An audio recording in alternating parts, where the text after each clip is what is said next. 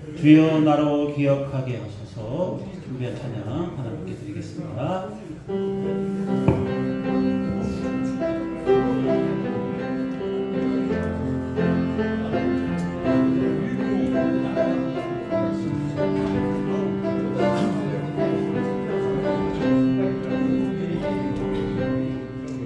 내가 사랑하고 붙잡는 모든 것 나의 것은 전혀 없어요. 예수께서 내 삶 위에 허락하셨죠. 나로 하여 기억하게 하소서. 때론 추억의 커튼을 거둘 때 보이소서. 주가 어디 있었는지를 기억하소서. 나는 약한 인간입니다. 나로 하여 기억하게 하소서. 우리 다시 한번 할게요. 내가 사랑하고 붙잡는 모든 것 나의 것은 전혀 없어요. 예수께서 내 삶 위에 허락하셨죠. 나로 하여 기억하게 하소서. 때론 추억의 커튼을 거둘 때 보이소서. 주가 어디 있었는지를 기억하소서. 나는 약한 인간입니다. 나로 하여 기억하게 하소서.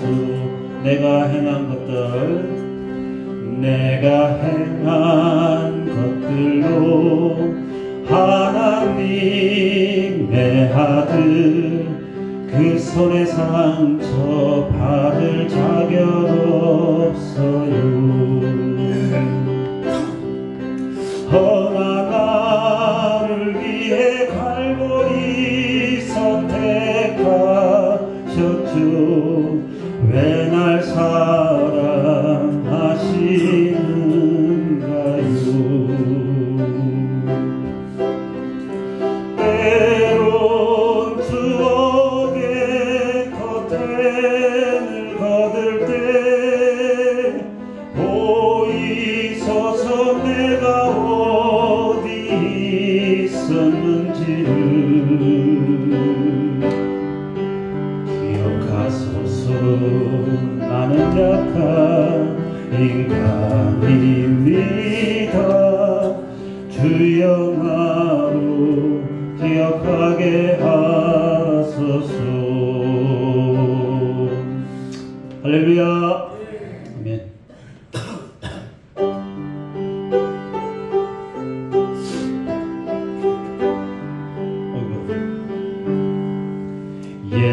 예수의 이름으로 나는 일어서리라.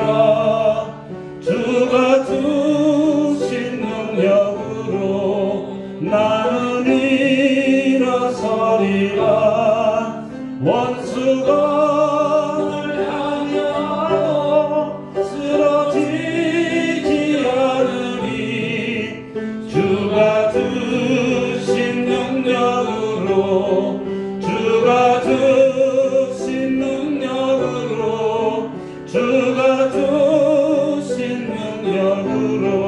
일어서리. 다시 한번 합니다. 예수의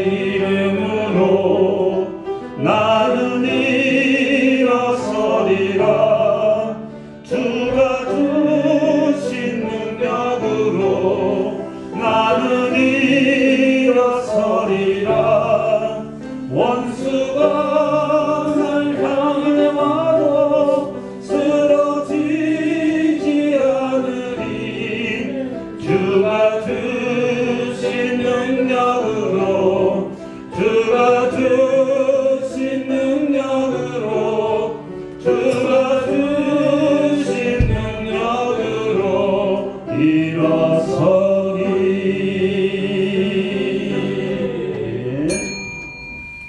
이렇게 웃는 거죠. 뭐.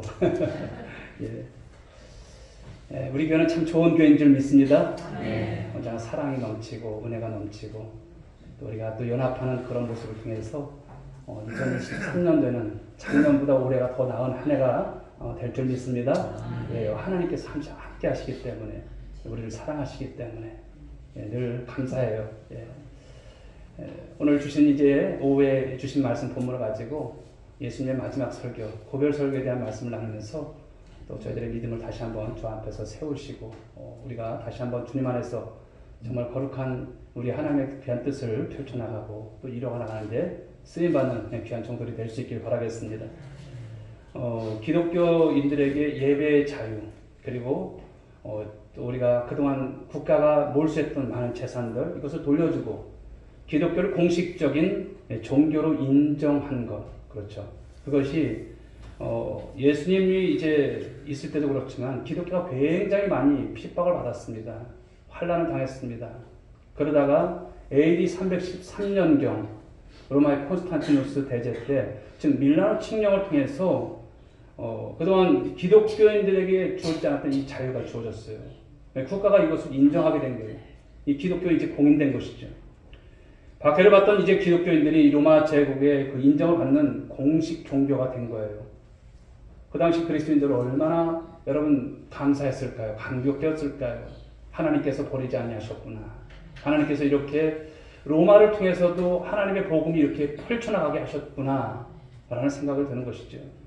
로마서 말씀을 보게 되면 사실 이 사도 바울이 로마 교회를 가보진 않았지만 이제 전달된 것이 로마서 아니겠습니까? 그 복음이 이제 계속 서진을 하는 이런 일이 일어나게 되는 것이죠. 그런데 많은 교회 역사학자들은 이 콘스탄티누스의 대제 밀라노 칙령이 또 좋은 점도 있지만 또 영향을 끼친 점도 있지만 기독교 역사에 있어서 가장 부정적인 영향을 끼친 사건이다.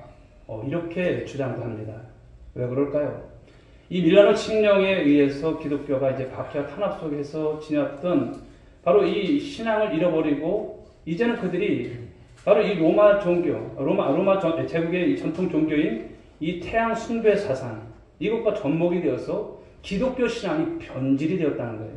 변화를 입은 것이 아니라 변질이 된 거예요. 그리고 여러분, 많은 이제 기독교인들이 이제는 그동안 환란 속에서 핍박 속에서 어떻게 해서든지 죽음을 무릅쓰고 신앙을 지켰던 그들이 나태해지기 시작하는 거죠. 신앙이라고 하는 것은 어려울 때 우리가 붙더라고요. 그런데 우리가 느슨해지면, 살만하면 그때부터 우리가 변질이 되는 것을 우리가 볼 수가 있는 것이죠. 그런데 이런 종교가 타락할 때 나타나는 현상 가운데 하나가 무엇이냐면 첫 번째는 성직자가 급증을 한다는 거예요. 성직자가. 왜 그럴까요? 그 이유가 무엇일까요? 이제는 자기를 부인하는 것이 없어지는 거예요. 편해지는 거예요. 너도 나도 이제 성직자가 되겠다고 하는 것입니다. 그런데 지금 보면은 지금은 또 그렇지가 않아요.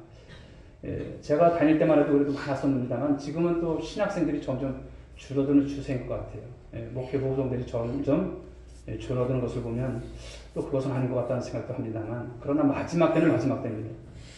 그리고 이 종교가 타락할 때 또 나타나는 현상이 무엇이냐면 기복신앙화 된다는 거예요. 기복신앙. 이것을 변질이 되는 거예요. 여러분, 신앙이라는 것은 하나님을 우리가 변화시키는 것이 아니라 하나님께서 주신 그 말씀을 가지고 내가 변화되는 것인 줄 믿으시기 바랍니다. 그 신앙을 가지고 하나님을 내가 어떻게 해볼 요량으로 하나님을 설득시키고 그런 것이 아니에요. 하나님의 말씀이면 하나님 말씀대로 살기를 원하고 그 말씀대로 살아가는 변화를 통해서 주 안에서 우리가 신앙이 점점 갈수록 성숙해져 가는 그런 모습이 될 것입니다. 그런데 이 기복주의가 들어오게 되면 하나님도 잊어먹는 거예요. 그리고 자꾸만 자기 중심적으로 되는 거예요. 물질에 여러분 취해서 사는 거예요. 그게 신앙이 어떻게 됩니까? 미신처럼 되는 거예요. 그건 잘못된 신앙이죠. 오늘날 여러분 한국교회도 사실 보게 되면 다 모두가 교회 부흥을 위치죠. 교회 부흥을 위해서 세워나가는 것이고, 그러나 한 사람의 일꾼을 세우기까지는 우리가 참 신중해야 된다는 것이죠. 잘 가르치고 교회가 무엇인지, 우리가 구원받은 삶의 모습이 어떤 삶으로 살아가야 하는지, 어떻게 믿는 것이 하나님께서 바라시는 원하는 그런 신앙인지, 그냥 사람을 직분 주고 막 세워가는 것이 중요하지 않습니다. 제대로 된 신앙을 가지고 제대로 된 일꾼을 세워가는 것, 그래야 돼 교회가 탈이 없더라고요. 저는 늘 그것을 위해서 기도합니다. 바라기는 우리 교회 가운데 정말 좋은 일꾼들이, 좋은 제목들이 세워지는 그런 교회가 되기를 간절히 소망합니다. 오늘 설교는 이제 예수님께서 조금 무겁게 시작하시는 말씀인데 마지막 말씀이에요. 마지막 설교예요. 고별 설교예요.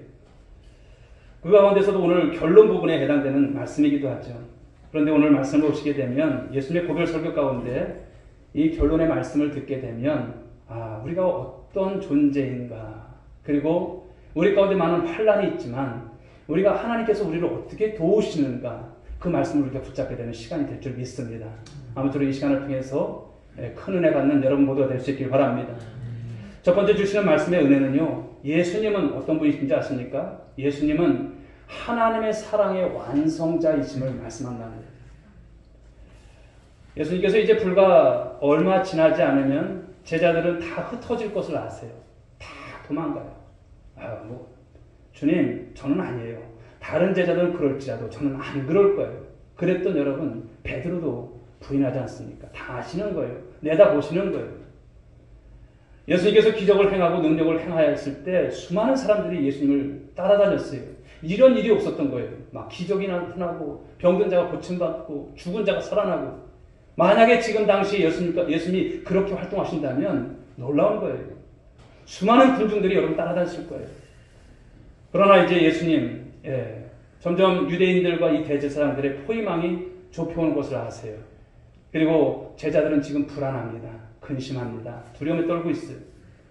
예수님 역시도 여러분 사람의 몸을 입으시기 때문에 실존적 고독을 느끼지 않을 수가 없어요. 여러분 십자가가 어떤 것인지 아시잖아요. 예수님도. 그 죽음이 어떤 것인지 아시잖아요. 예수님 입장에서 생각을 해보시는 거예요. 예수님도 끝까지 있고 이게 아니에요. 예수님도 사람의 몸을 입고 계시기 때문에 두려움이 있으세요. 자, 그래서 요한복음 16장 32절 말씀을 보게 되면 이런 말씀이죠. 나를 혼자 둘 때가 온다는 거예요. 나를 혼자 둘 때가 오나니 이렇게 말씀하셨어요. 예수님의 말씀입니다. 그러나 예수님께서는 자신과 제자들과의 관계가 어떤 관계에 놓여 있는가를 말씀하시는 거죠. 지금까지 예수님께서는 어떤 말씀을 많이 하셨습니까? 비유로 말씀하신 거예요. 비유로. 왜? 비유가 여러분 그만큼 그들이 이런 비유를 통해서 이런 뜻이 있구나 깨닫기 위해서 비유의 말씀을 많이 하셨거든요.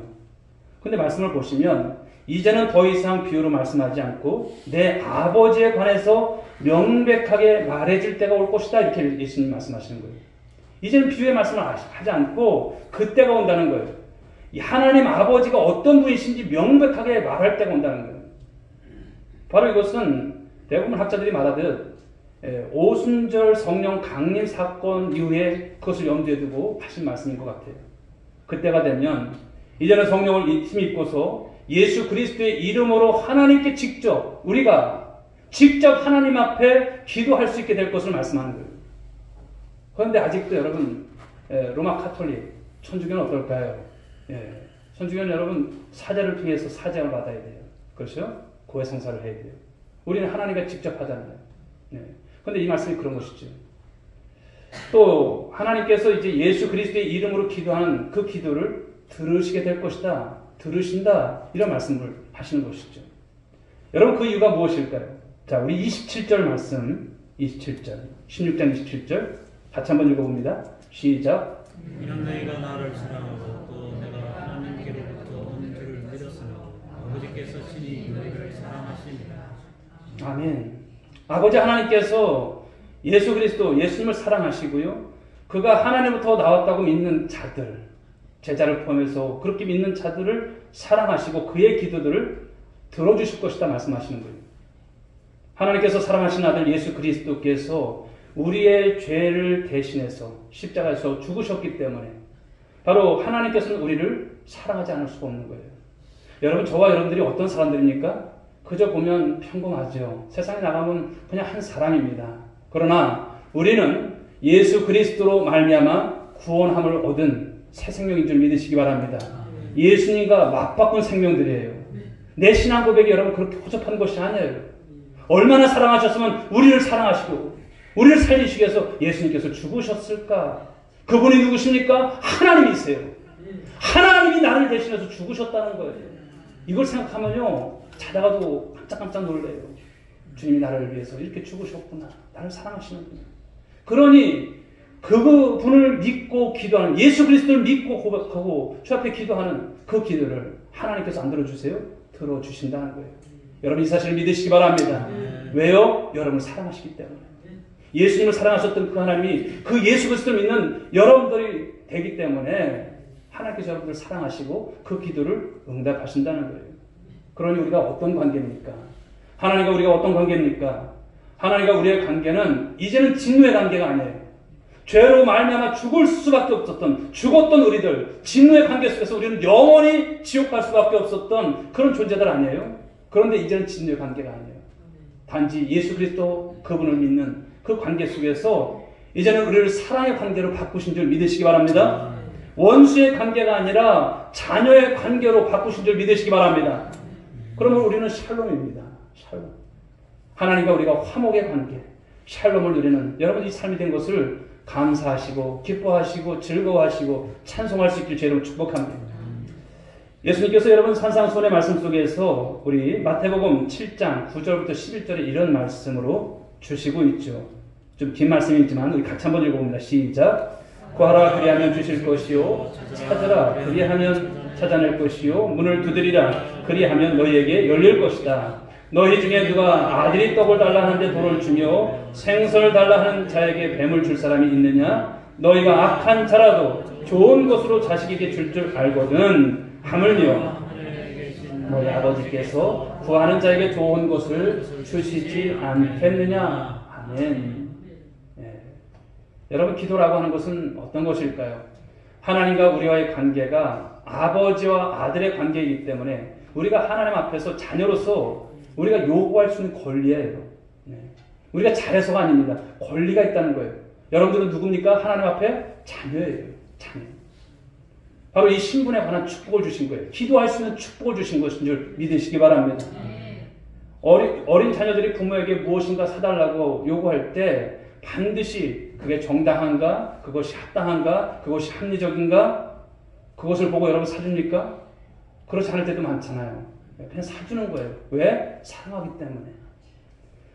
그러나 자녀가 철이 들게 되면 부모에게 요구하는 수준이 달라지죠. 그때도 그냥 필요하다고 마구 사달라는 것이 아니죠. 부모를 또 알고 또 부모의 형편도 알고 또 어머니 아버지가 이것을 내가 이렇게 요구할 때 어떠실까? 철이 든 자녀는 아는 거예요. 영적으로도 마찬가지죠. 우리가 영적으로 처리되지 않으면 언제나 우리가 구하는 것이 현세적인 걸 거예요. 그냥 지금 눈에 보이기 좋은 것만을 구할 거예요.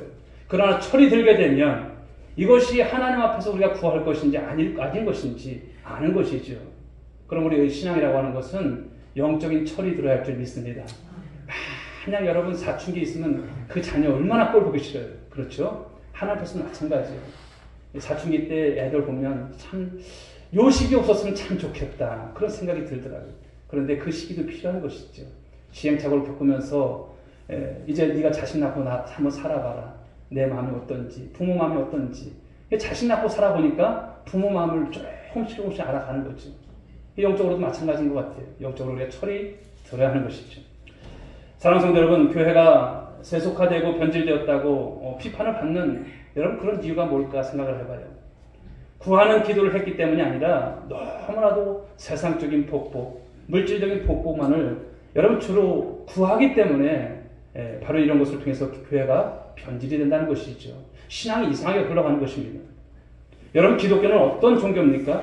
세속적이고 물질적인 성공을 약속하는 종교일까요? 그것은 여러분 무당들도 해요. 우리 그런 종교가 아닌 것이죠. 그것이 여러분 우리 신앙의 목적이 될 수는 없습니다.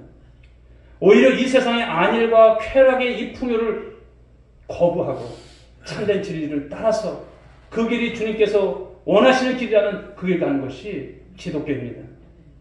우리가 예수 그리스도의 이름으로 기도할 수 있다라고 하는 것은 하나님이 우리의 아버지가 되시는 것인 줄 믿으시기 바랍니다. 하나님과 우리의 관계가 이제 사랑의 관계로 형성되었음을 말씀하는 거예요. 그게 저와 여러분들은 하나님 앞에 자녀입니다. 자녀예요. 우리 로마서 말씀을 한번 보실까요? 로마서 8장 14절 15절 말씀인데 한번 읽어봅니다. 시작. 무릇 하나님의 영으로 인도함을 받는 사람은 곧 하나님의 아들이다. 너희는 다시 무서워하는 영의 영을 받지 양자의 영을 받았으므로 우리가 아빠 아버지라 부르짖느니라. 아멘. 자, 우리가 하나님 아빠 아버지예요. 아버지 되세요. 예. 우리의 관계가 아버지와 아들의 관계고요, 사랑의 관계인 것이죠. 그러므로 하나님을 여러분 아직도 우리가 무섭습니까? 아버지 앞에 서는 것이 두렵습니까? 예. 눈을 마주치는 것이 어려울까요? 하나님 앞에 서서 우리가 기도하는 것이 어려울까요? 이거 말하면 괜히 야단 맞는 거 아니야? 그럴까요? 여러분 그렇게 하지 마십시오. 그냥 아들입니다. 자녀입니다. 하십시오. 여러분들이 구할 때 여러분 그것을 하나님께서 다 선별하세요. 필요한 것을 주세요. 예, 기도가 우리가 성숙되지 못할 때는 다 구해보죠. 그러나 있어야 할 것을 아시는 하나님이 있습니다. 그러므로 사랑하는 여러분, 하나님을 너무나도 어렵게만 생각하지 마시고 여러분의 아버지가 되신다니까요. 우리가 옛날에는 아빠라는 말을 저도 쓰진 않았지만 아버지라는 말을 썼죠. 너무나 어려웠어요. 그런데 이제 철이 들고 나서 이제 이렇게 기독교 신앙 가운데서 지내다 보니까 이 부분이 이렇구나. 내가 너무나 어렵게만 생각했구나. 요즘은 이제 아빠라는 말을 쓰잖아. 아빠. 여기 표현처럼 아빠 아버지가 되세요. 그 주님과 늘 가까운 사이에 여러분들 될 수 있길 바랍니다. 자, 요한일서 4장 18절 19절 말씀을 보실까요? 읽어봅니다. 시작. 사랑 안에 두려움이 없고 온전한 사랑이 두려움을 내쫓나니 두려움에는 형벌이 있습니다. 두려워하는 자는 사랑 안에서 온전히 이루지 못하였느니라. 우리가 사랑하면 그가 먼저 우리를 사랑하셨습니다. 아멘. 그가 먼저 우리를 사랑하셨대요. 그렇습니다. 오늘 예수님께서 마지막 이 고별 속회를 통해서 자신이 왜 이 세상에 왔고 그 십자가의 길로 가야만 하는지를 예수님 말씀하셨죠. 무슨 말입니까? 십자가를 통해서 하나님은 죄를 얼마나 미워하신가를 보여주신 거예요. 죄가 얼마나 여러분 그것이 큰 것인지, 그것이 얼마나 하나님께서 싫어하시는 것인지, 예수님께서 십자가에 달려 돌아가실 만큼, 그래야 여러분 우리가 구원의 문제가 해결되기 때문에 바로 예수님께서는 이 하나님의 사명을 완성시키기 위해서 오셨는가를 말씀하신다는 것이죠. 예수님께서 왜 십자가에 못 박혀 죽으셨습니까? 힘이 없으셨을까요? 바로 예수님께서 능력이 없어서 십자가에서 여러분 내려오지 아니하신 것이 아니죠. 저와 여러분들을 위한 사랑이기 때문에 바로 십자가에서 내려오지 않으셨습니다. 여러분 믿습니까? 그러므로 예수 그리스도의 십자가는 우리를 향한 하나님의 사랑의 깊이가 얼마나 깊은가를 보여주시는 거예요. 얼마나 깊은가. 우린 그런 사랑 해봤습니까? 못해요. 하나님이니까 하시는 거고요. 그 사랑 가운데 우리가 있다는 거예요. 하나님은 사랑이시기 때문에 본질상 그러므로 인간을 사랑하지 않을 수 없어요. 하나님 우리가 우리에게 고난을 주셔서 바로 힘들고 어렵게 하시는 그런 분들만 여기지 마십시오. 우리를 위해서 자신의 아들을 십자가에 내어주신 하나님이십니다. 어거스트는 그런 말을 했습니다. 예수님은 이 세상에 구원받는 사람이 나 한 사람밖에 없더라도 나를 위해서 십자가를 지러 오셨을 것이다. 그런 말씀이에요.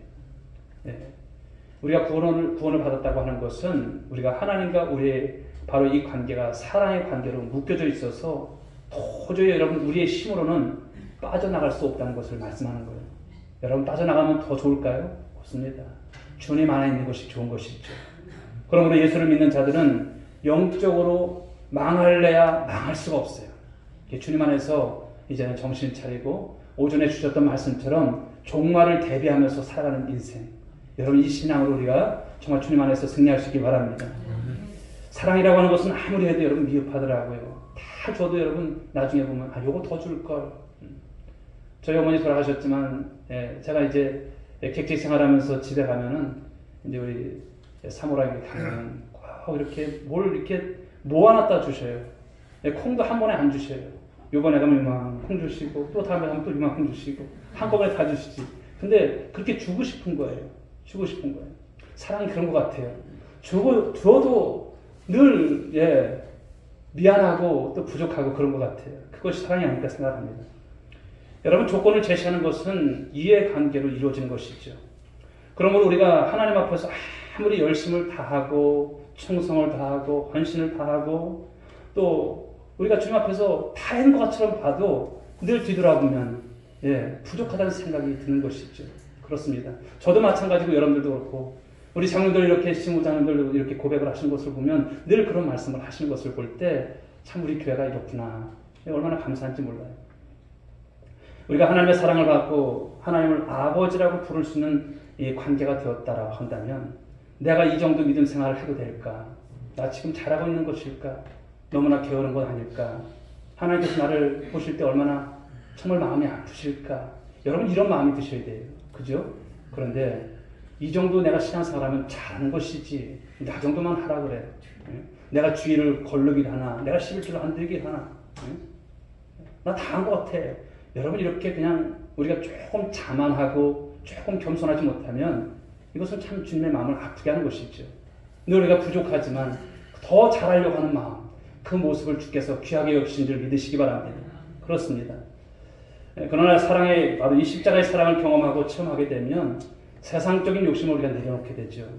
그리고 하나님께 때를 떼서라도 우리가 받아내려고 하는 것이 아니라 주님 앞에 내가 더 무엇인가를 드리는 삶이 될까? 이것이 고민이 되어지는 것입니다. 사랑하는 여러분, 하나님의 자녀로 부름받은 그 삶을 살아가는 것은 오늘이라고 하는 이 현실을 우리가 살아갔죠. 때로는 어떻게 보면 우리 성도님들을 제가 참 존경해요. 목사야 여러분 주일 지켜야 되고 새벽자단 지켜야 되고 드리는 것이 이제 여러분 사명 아니겠습니까? 그런데 우리 성도님들은 그 10의 1조를 드려야 되고 또 주님 앞에 헌신을 해야 되고 뭐 그렇다고 교회에서 사례를 드리는 것도 아니고 참 죄송해요. 장날마다 제가 이제 문자를 이렇게 보내면은 우리 권사님들, 우리 장로님들 또 말없이 오셔서 또 섬기시고 하는 것을 보면 제가 돈이 많다면요 그냥 다 해드리고 싶어요. 그 정도로. 근데 주님 사랑하는 그 마음 한 가지, 주신 사명이 뭔데 그것을 가지고 나오신 것을 보면 너무나 감사한 것이 있죠. 때로는 우리 이중희 권사님 장날 이렇게 오셔서 옆에 앉아있는 것만 봐도 감사하고요. 모든 것 하나하나가 보통이 아닌 것이 있죠. 사랑하는 여러분, 주님 앞에 갈 때까지 우리의 삶이라고 하는 것은 주님께서 우리를 먼저 사랑하셨기 때문에 그 사랑의 빚진 자의 심정을 가지고 우리 세워나가는 여러분들의 신앙이 되시길 주님의 이름으로 축복합니다. 그렇습니다. 예수님을 이 땅에 보내주신 것은 너무나 감사한 일이고요. 예수님은 하나님의 사랑의 완성이세요. 우리가 그분 안에서 살아가는 것, 그리고 우리가 기도할 수 있는 것, 이 하나하나가 너무나 값진 것이 있죠. 하나님을 사랑하시는 마음으로 늘 주님 안에 거하시고 기도할 수 있는 여러분들 모두가 될 수 있기를 주님의 이름으로 축복합니다. 이제 두 번째 주시는 말씀은 환난을 당하지만 담대하라는 말씀을 주시고 있어요. 33절의 말씀이 있죠. 자, 예수님께서는 제자들 이제 예수님의 말씀을 듣고 의문점이 조금씩 풀리는 것 같아요. 불안감도 사라지고 예수님께서 말씀하신 것을 알았고 그러면서 오늘 표현하기를 30절에서 우리가 믿사옵나이다 이렇게 하고 있어요. 그때 예수님께서 말씀하시는 거죠. 이제는 너희가 믿느냐? 지금은 너희가 믿을 것이다 라고 말씀을 하시면서 예수님은 이제 베드로의 신앙 고백, 그렇죠? 주는 그리스도이시오 살아계신 하나님의 아들이십니다. 이 고백도 받으셨고요. 그러나 아직은 예수님께 이렇게 고백을 하고 있지만 그들이 완전한 믿음에 도달하지 못한 것을 예수님 아시는 거예요. 왜 그렇습니까? 이제 예수님께서 이제 예수님의 그 십자가 사건 앞에 제자들 중에 한 사람이라도 남아있던 제자들이 있었어요? 없었어요. 다 도망간 거예요. 다 도망갔습니다. 아무런 힘을 발휘하지 못할 것을 예수님은 내다보셨던 것이죠. 자, 32절 말씀을 보실까요? 16장 32절 같이 읽어봅니다. 시작. 보라 너희가 다 각각 제 것으로 흩어지고 나를 혼자 둘 때가 오나니 벌써 왔도다. 그러나 내가 혼자 있는 것이 아니라 아버지께서 나와 함께 계시느니라. 아멘. 바로 예수님은 제자들이 예수님 자신을 부인하고 다 도망간다 할지라도 이 말씀을 하시는 거예요. 너희들 다 도망갈 것이다. 그러나 이런 말씀이에요. 아버지께서 자신과 함께 하시는 순간이라고 하는 것을 말씀하는 거예요. 예수님께서 여러분 이 고백을 할 때 많은 착잡함이 있으시지만 예수님은 의연하신 모습을 보여주시는 거예요. 그 순간에도 하나님 떠나지 않는 것을 말씀하는 거예요. 얼마나 역설적인 표현입니까? 예수님은 십자가를 지실 때 하나님의 영광으로 드려질 것이고 하나님 아버지께서 자신과 함께 하시는 바로 그 순간이라고 하는 것을 말씀하시는 거예요. 유다가 예수님을 팔았고 베드로는 3번씩 부인할 것이고 빌라도의 불법 재판 그리고 로마 군인들의 그 참혹한 그 행위로 고통을 받으실 것이지만 예수님은 결코 혼자가 아니심을 말씀하는 거예요. 이 말씀을 하시는 거예요. 그 하나님께서 함께 하심으로 샬롬을 주신다는 거예요. 평안을 주신다는 것을 말씀하는 거예요. 그러면서 예수님께서 말씀하신 것이 33절의 말씀이에요. 33절 말씀 같이 한번 읽어봅니다. 시작. 세상에서는 너희가 환난을 당하나 담대하라. 내가 세상을 이겼노라. 아멘. 마지막 말씀을 하시면서 예수님께서 얼마나 고통스러우셨을까요? 지난 3년간 동거동락했던 제자들 이제 남겨두고 떠날 시간이 되었기 때문이죠. 예수님께서 세상에 남겨진 그 제자들에게 어떤 말씀을 하세요? 너희가 세상에서 환난 당하지 않을 거야. 괜찮아, 괜찮아. 걱정하지 마. 무슨 일이 있더라도 내가 지켜줄게. 이런 말씀이 있었어요? 없습니다. 없어요. 그런 말씀 안 주셨어요. 이렇게 말씀하시면 참 감사라도 될 텐데, 좀 유아이라도 될 텐데 이런 말씀이 없어요. 그러나 오늘 예수님의 제자들에게 말씀하신 것은 세상에서는 너희가 환난을 당해. 그러나 담대하라. 담대하라. 이 말씀을 주시는 거예요.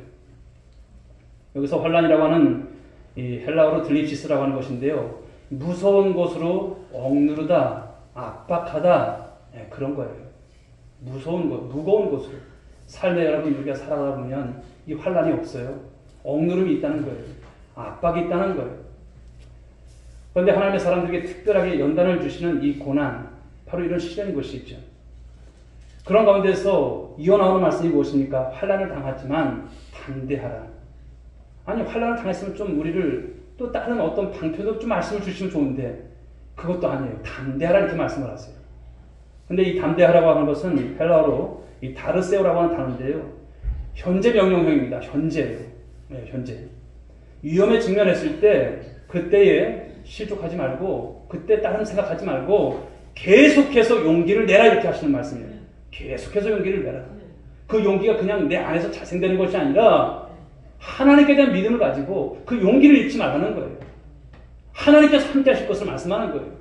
예수님도 십자가 지실 때 지금 여러분 얼마나 비참하세요. 생각하시는 거예요. 너희 다 나 떠날 거야.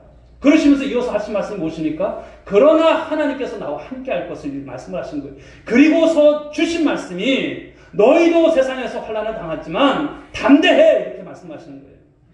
네, 담대해. 사랑하는 성도 여러분, 우리가 담대할 이유가 그래서 있는 것입니다. 예수님께서 우리를 위해서 죄와 사망의 권세를 이기신 줄 믿으시기 바랍니다. 요한일서 5장 4절 말씀을 한번 보실까요? 읽어봅니다. 시작. 무릇 하나님께로부터 난 자마다 세상을 이겼느니라. 세상을 이기는 승리는 이것이니 우리의 믿음입니다.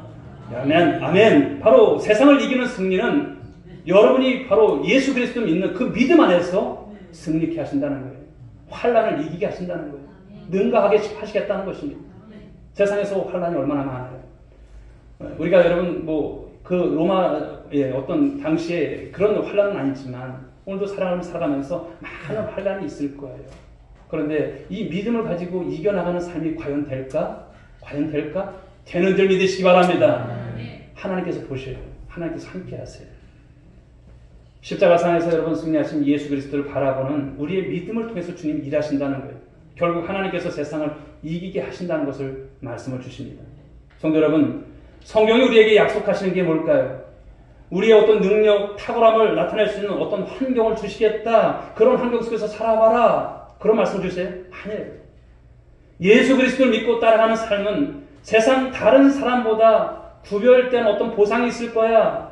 헌신과 수고에 대해서 하나님께서 특별한 대우를 해주실 거야. 조금만 고생해 좋은 날 올 거야. 이런 말씀이 아니에요.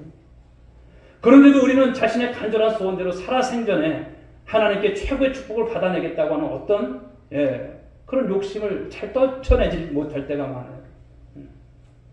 하나님 우리의 고난과 이 시련, 이 환난과 이 역경 속에서 직접 도우시는 것이 아니라 그 환난과 역경을 지나는 동안 바로 타락한 이 세상이 주는 세속의 가치를 거부하게 합니다.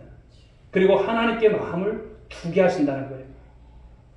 거기에 마음 뺏기는 것이 아니에요. 문제만 보게 하시는 것이 아니에요. 문제만 본다고 여러분 답이 나옵니까?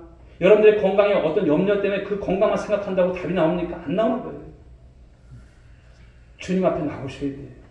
주님 앞에 사역을 다해서 여러분 기도하셔야 돼요. 주님 살고 싶습니다. 주님 뜻대로 살고 싶습니다. 우리 자녀들 여러분 믿음 없이 살아가는 모습들 여러분들이 아무리 잔소리한다고 해서 믿음으로 돌아올 거 안 돼요. 기도하셔야 돼요. 기도한다고 뭐가 나올 아니에요. 기도하셔야 합니다. 누가 들으십니까? 하나님께서 들으시는 거예요. 그 간절함이 있는가? 여러분 이런 것이 신앙이죠. 세상에 할 수 있는 것으로 한다면 우리의 신앙은 여러분 가질 필요가 없는 거예요. 그러나 오늘도 전능하신 하나님을 우리가 믿고 살면서도 그저 여러분 세상적인 그런 기준과 잣대로 가지고 신앙생활 나가면 우리가 오산입니다. 하나님께 마음을 둘 수 있는 여러분들 모두가 될 수 있길 바랍니다. 가끔 바다에 가는 경우 보게 되면 그 바다에 수평선이 쭉 있지 않습니까? 그 수평선 넘어가면 안 떨어질까요? 옛날에 그렇게 생각했죠. 그건 아니잖아요. 우리 시선에 한계가 있다는 것을 가르치는 것처럼 이 하나님의 오묘한 섭리를 우리의 이성으로 다 이해할 수는 없어요. 그러나 말씀을 가지고 기다리고 또 바라고 소망을 갖고 살아가는 것이죠. 세상에서 가장 오르기 힘든 여러분 산이 있다면 히말라야 그 산맥에 있는 16개의 이 봉우리들이라고 합니다. 16개, 16자라고 하는데요. 우리나라 사람 중에 이 16자 등정한 사람이 계시죠? 어몽길 대장. 이제는 연세가 들었지만 어느 날 여러분 한 기자가 이 어몽길 대장과 인터뷰를 하면서 물었대요. 엄 대장님은 산을 정복하고 내려올 때 무슨 생각을 하십니까? 산을 정복하는 게 무슨 의미가 있습니까? 그렇게 물었던 거예요. 그때 어몽길 대장이 그런 말을 했어요. 산은 정복하는 것이 아니더라고요. 산이 허락할 때 잠시 정상을 올라가 보는 것이죠. 무엇을 배우느냐고요?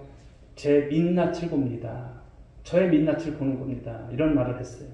무슨 말일까요? 여러분, 이 산이라고 하는 것은 지금 우리가 이렇게 공기를 편하게 마시지만 4,000m 이상으로 올라가게 되면요, 고산병이 온다고 하죠.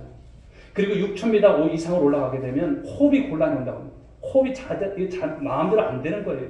그것을 극복해낸다는 것이 얼마나 어려워요. 8,000m로 올라간다는 것이 보통입니까?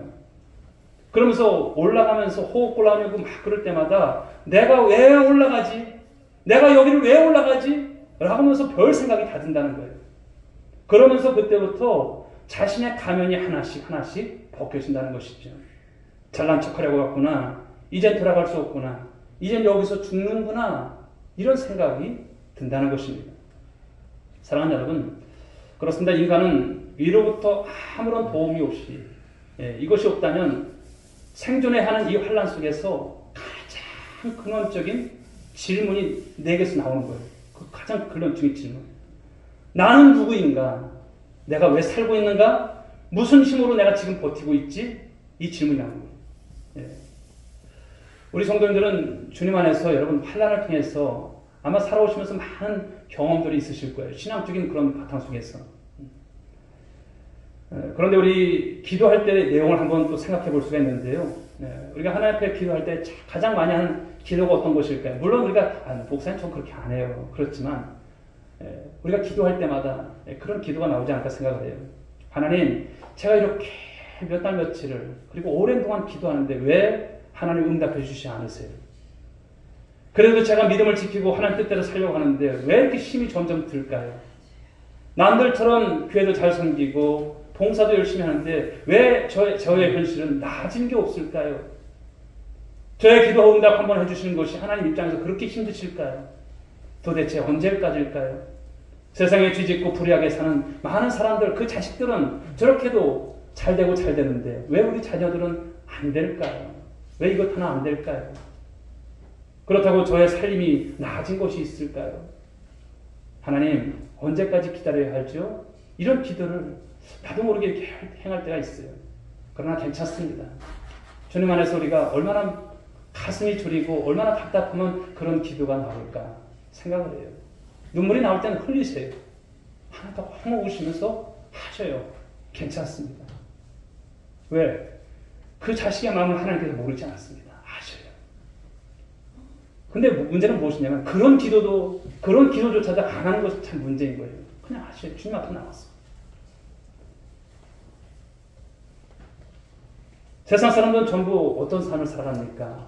자신 치장하고 또 살찌우기 위해서 에너지를 소모하는 삶을 살아가는 것이죠. 이 땅의 전부이기 때문에 이 땅에서 배부르고 잘 먹고 잘 사는 것, 그것이 행복인 줄 알고 그렇게 세상 사람들 살아가는 것이죠. 그러나 성도들은 어떻습니까? 믿음으로 살려고 살아가는 거예요. 믿음으로 살려고 어떻게 해서든지 버티려고, 어떻게 해서든지 하나님 영광을 위해서 살아가려고 버티는 거예요. 그런 가운데서 환난이 왜 없겠습니까? 하나님 아시는 거예요. 오늘 예수님께서 이렇게 말씀하실 때 마음이 편하셨을까요? 아니죠. 예수님께서 이제 십자가 지신 이후에 3일 만에 부활하시고 40일 계시다가 승천하시지만 제자들이 만날 그 현실은 보통이 아닌 거예요.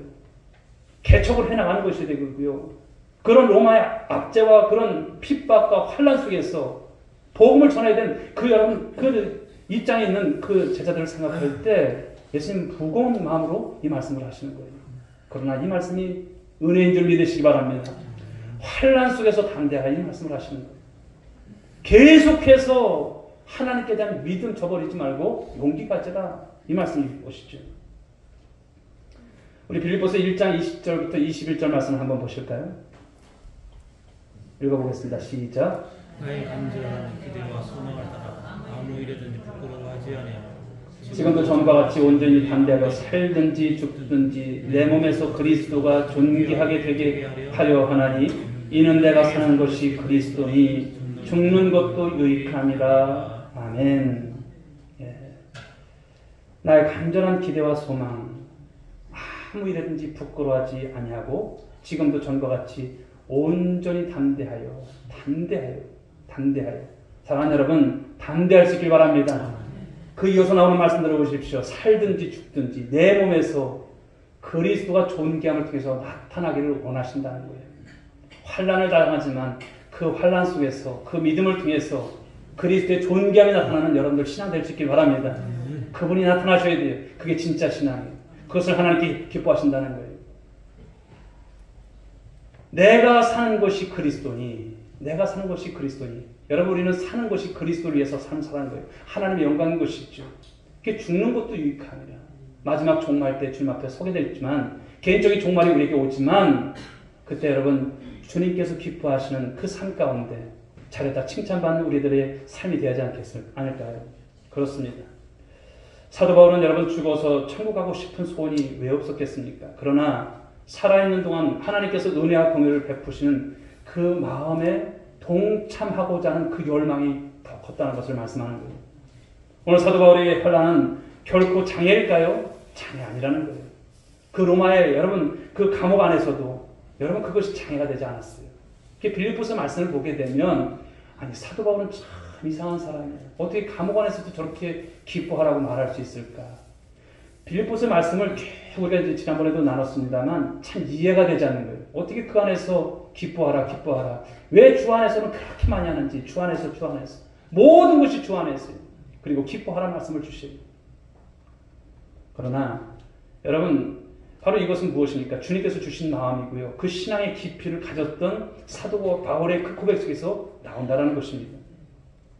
그러므로 환난은 결코 우리가 뛰어넘을 수 없는 장벽이 아닌 것이죠. 뛰어넘을 수 있는 것입니다. 그 이유가 무엇입니까? 오늘 앞에서 주셨던 말씀처럼 하나님의 사랑의 완성자이신 예수 그리스도께 우리가 붙들려 있기 때문인 줄 믿으시기 바랍니다. 저와 여러분도 누구를 믿으십니까? 예수님 믿으시는 거잖아요. 예수님. 그분이 나를 살리신 것을 믿는 것이잖아요. 그분을 우리가 믿어야 천국 가시는 것을 믿잖아요. 그렇기 때문에 하나님께서 여러분을 사랑하시는 거예요. 그 사랑이면 우리가 살아갈 수 있는 거예요. 못 살아요, 목사님. 이게 아니에요. 그 주님을 믿고 있는가? 사랑이신 예수 그리스도를 믿고 있는가? 믿고 있다면 하나님의 은혜가 함께할 줄 믿으시기 바랍니다. 환난 속에서도 오늘 두 번째 주신 말씀이 무엇입니까? 담대함 잃지 마라. 환난을 당하나 너희가 세상에서 환난을 당하나 담대하라.